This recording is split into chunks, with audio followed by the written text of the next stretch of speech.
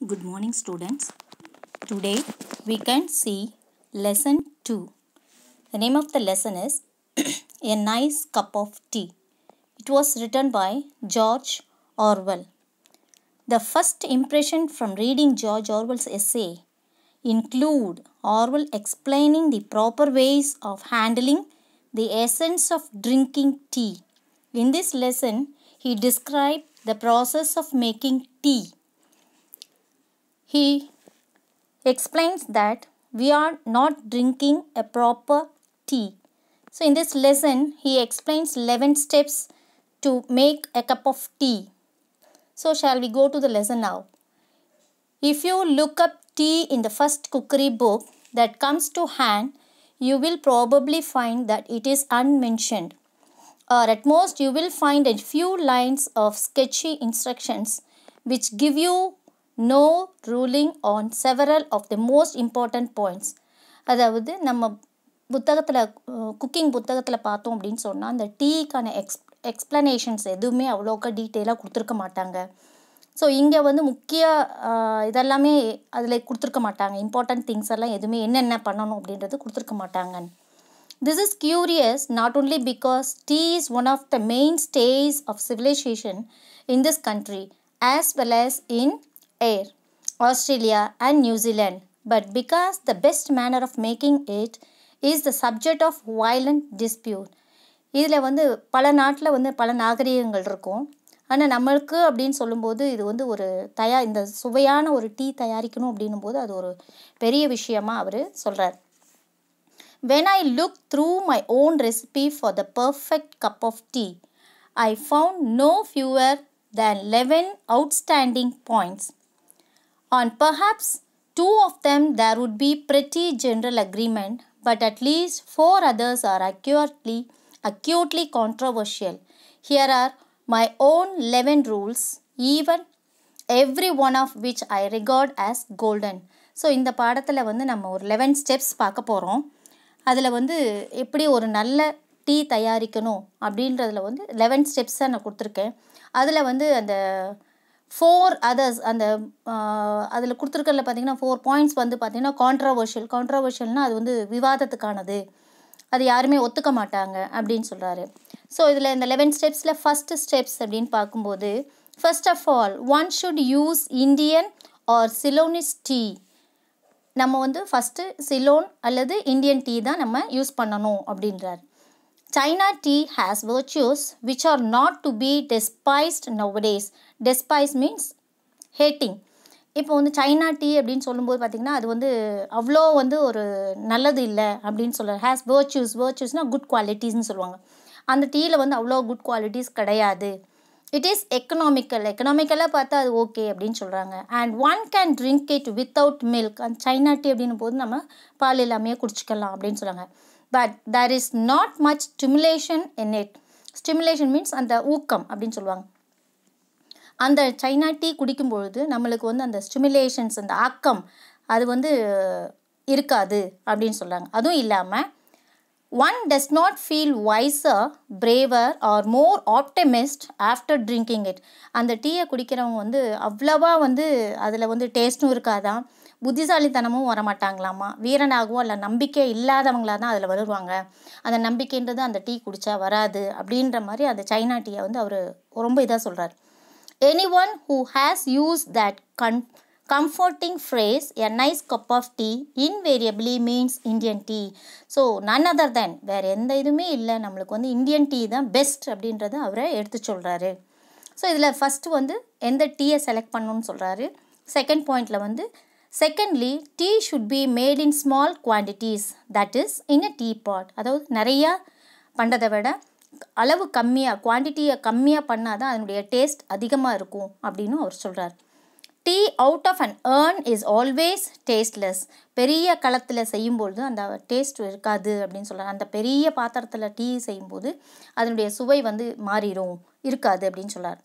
While army tea made in a cauldron taste the grease and white wash. அந்த cauldron அப்படின்னு சொல்லும்போது பெரிய கொப்பரை அப்படின்னு சொல்லுவாங்க. அந்த ஆர்மிலெலாம் பார்த்திங்கன்னா அத்தனை பேருக்கும் அவங்க செய்யும்போது பார்த்திங்கன்னா ரொம்ப அதிகமாக செய்வாங்க. அதில் வந்து அந்த என்ன சொல்கிறது, அந்த க்ரீஸோட வாசனையும் ஒயிட் வாஷ் அந்த சுண்ணாம்போட வாசனையும் தான் வரும் அதில். டீயோட ஸ்மெல் அதில் இருக்காது அப்படின்னு சொல்கிறார். The teapot should be made of china or earthenware.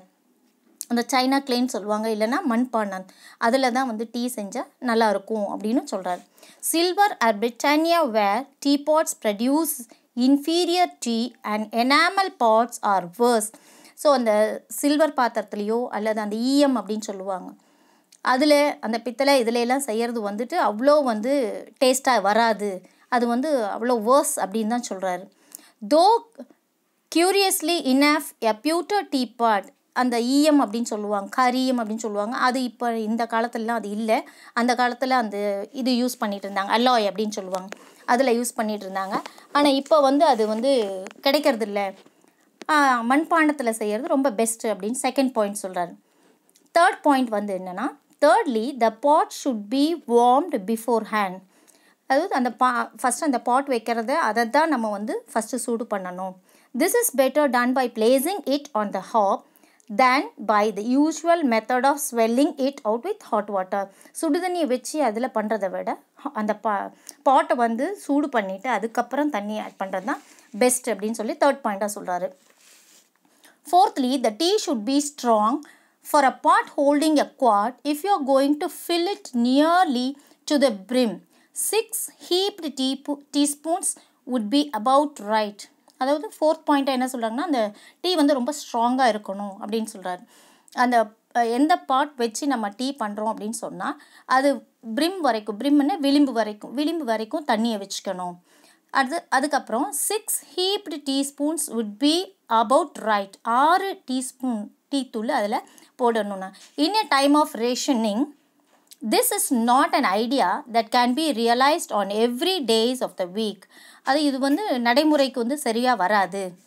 But I maintain that one strong cup of tea is better than 20 weak ones. என்னுடைய கருத்துப்படி பார்த்தா 20 சத்தில்லாத டீ குடிக்கிறத விட ஒரு கப் ஆஃப் டீ பெட்டராக ஸ்ட்ராங்காக குடிக்கிறது பெஸ்ட்டு அப்படின்னு என்னுடைய ஐடியா அப்படின்னு அவர் சொல்கிறார். All true tea lovers not only like their tea strong but like it a little stronger with each year that passes, a fact which is recognized in the extra ration issued to old age pensioners. அதாவது என்ன அப்படின்னா, அந்த காலத்துலலாம் அந்த லிமிட்டாக தான் கொடுப்பாங்க. இப்போ வந்து பார்த்திங்கன்னா அந்த பென்ஷன் தரவங்களுக்குலாம் வந்து அதிகமாக ப்ராடக்ட் போடுறாங்க. அப்போ இதில் டீயும் இன்க்ளூட் ஆகணும் அப்படின்றது என்னுடைய கருத்து அப்படின்னு அவர் சொல்கிறாரு. ஃபிஃப்த் பாயிண்ட்டாக என்ன சொல்கிறார் அப்படின்னா, the tea should be put straight into the pot. அந்த டீ எசன்ஸ் அந்த டீ வந்து என்ன பண்ணணும், டேரெக்டாக பாட்டில் தான் போடணும். No strainers, muslin bags or other devices to imprison the tea. அந்த டீ வச்சதுக்கப்புறம் அதை அப்படியே டைரெக்டாக இன்னொரு கப்பில் ஆட் பண்ணணும் அப்படின்றார், இன்னொரு பாத்திரத்தில் ஆட் பண்ணணும் அப்படின்ட்டு. அதில் ஏதோ ஒன்று ஸ்ட்ரெயினர்ஸோ மஸ்லின் பேக்ஸோ அதை வடிகட்டுறதுக்கு எதையுமே யூஸ் பண்ணக்கூடாது அப்படின்னு சொல்கிறார். In some countries, teapots are fitted with little dangling basket under the spout to catch the stray leaves. ஸ்ட்ரேனா வடிகட்டி அந்த சக்கைன்னு சொல்லுவாங்க. ஸோ ஒரு சில கண்ட்ரீஸில் என்ன பண்ணுவாங்கன்னா, அந்த டீ பாட்டுக்கு கீழே அந்த பேக் மாதிரி கட்டி விட்டுருவாங்க. அந்த டீயோட இலையெல்லாம் அதில் தங்கிடும், டீ எசன்ஸ் மட்டும் கீழே போகணும். which are supposed to be harmful. அது வந்து நல்லது இல்லை அப்படின்னு சொல்கிறார். Actually, one can swallow tea leaves in considerable quantities without ill effect.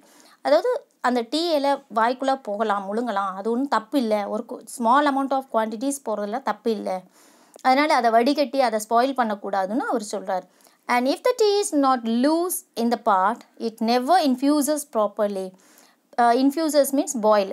அப்போ நம்ம கரெக்டான பதத்தில் இல்லை அப்படின்னும் போது அது சரியான பதத்தில் கொதிக்காது. அந்த வடிகட்டிட்டோம் அப்படின்னு சொன்னால் அந்த கொதிக்காது அப்படின்னு சொல்கிறார்.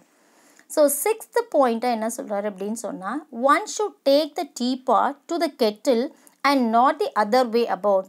ஸோ சிக்ஸ்த் பாயிண்ட் என்ன சொல்லணும்னா, அந்த டீ வச்சதுக்கப்புறம் அந்த கெட்டில் எடுத்துகிட்டு பக்கத்தில் அந்த ஸ்பவுட் அப்படின்னு சொல்லுவாங்க, அந்த விளிம்பு வரைக்கும் அதை பக்கத்துலேயே வச்சுட்டு, the water should be actually boiling at the moment of impact.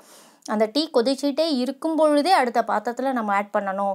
Which means that one should keep it on the flame while one pours. அப்போ அந்த ஃப்ளேமில் வச்சுக்கிட்டே தான் இன்னொருத்தர் அந்த டீயை ஊற்றணும் அப்படின்னு சொல்கிறார். Some people add that one should only use water that has been freshly brought to the boil. ஒரு சிலர் வந்து சொல்கிறாங்க அதை வந்து கொதிக்க எடுத்து வச்சுட்டு அதுக்கப்புறம் கூட நம்ம குடிக்கலாம் அப்படின்னு சொல்லுவாங்க. But I have never noticed that it makes any difference. ஆனால் அந்த சுடுதண்ணி வச்சு இது பண்ணுறதுல எனக்கு வந்து ஒரு டிஃப்ரென்ஸும் தெரிகிற மாதிரி எனக்கு ஒன்றும் இல்லை அப்படின்னு அவர் சொல்லி முடிக்கிறாரு. ஸோ 6th பாயிண்ட் வரைக்கும் நான் இன்றைக்கி கிளாஸை க்ளோஸ் பண்ணுறேன். We can see the rest of the lessons next time. Thank you.